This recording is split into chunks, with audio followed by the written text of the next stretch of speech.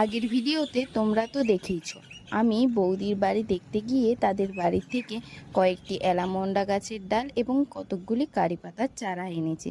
তো সেগুলি নিয়ে এসে জলে দিয়ে রেখেছিলাম এবং অ্যালামন্ডা গাছের ডালগুলিকে ভালো করে কেটে নিয়ে তারপরে জলে দিয়ে রেখেছিলাম, কেননা আমি বৌদির বাড়িতে কিছুদিন ছিলাম, বাড়ি আসিনি। তো এগুলোকে তো যত্ন করে রাখতে হবে, না হলে তো নষ্ট হয়ে যাবে। তাই ভাবলাম জলে দিয়েই রাখি। দেখো আমি ভালো করে সব ডালগুলো কেটে নিলাম। অ্যালামন্ডা গাছের চারা কিন্তু ডাল থেকে হয় সে তো জানি, মাটিতে বসিয়ে অনেক ডালের চারা করেছি, তাই ভাবলাম এগুলো জলের থেকেই করে দেখা যাক।